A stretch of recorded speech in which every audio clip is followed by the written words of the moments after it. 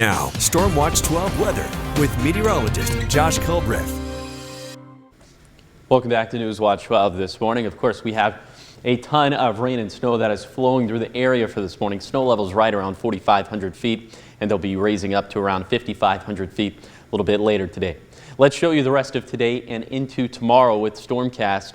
And we're going to stop this at various points throughout today and tomorrow, and you'll kind of get the gist in that this is going to be continuous stuff. So this is lunchtime, this is dinner time, this is midnight. You can see wave after wave after wave, and this will continue right into Thursday morning. This is lunchtime on Thursday. This is dinner time. It's kind of the same thing, but thankfully it does start to trend a little bit drier late on Thursday night and into early on Friday morning. So here's some of the water totals we're expecting from this morning through Thursday night. And keep in mind that this is all the rain and all of the melted snow. And where we're expecting the bulk of that is going to be the Mount Shasta City area along the coast in the Illinois Valley and of course up in the Cascades.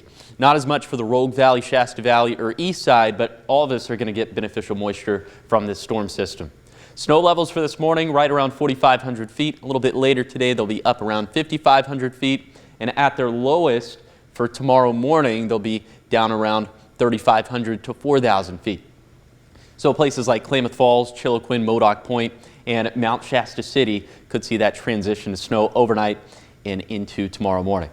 Speaking of the snowfall, here's some of the snowfall totals we're expecting through Thursday night, subject to change, but we're thinking we could have anywhere between 4 to 12 inches for Siskiyou County passes, 3 to 6 inches for east side passes, and then anywhere between 6 to 24 inches for our Cascade passes. So if we did have road closures, if we did have chain requirements, it would be up this way, specifically up towards Diamond Lake Junction and Willamette Pass. So of course, we'll keep very close tabs on all of that.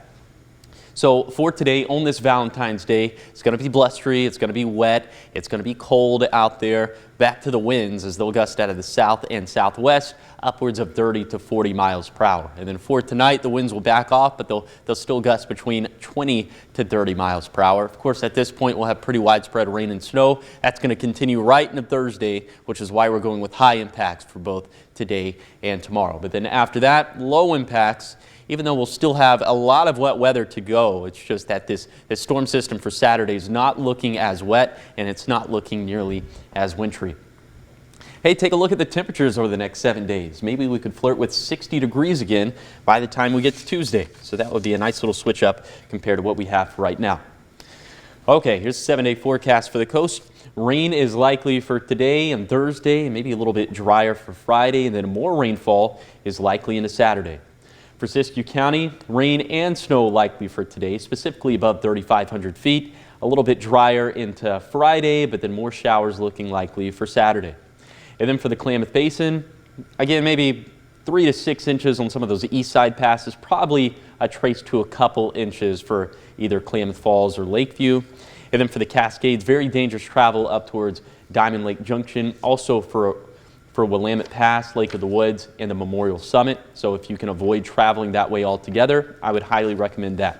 And then for the Rogue Valley, rain likely for today and for tomorrow. A little bit drier for Friday, but more wet weather likely for Saturday.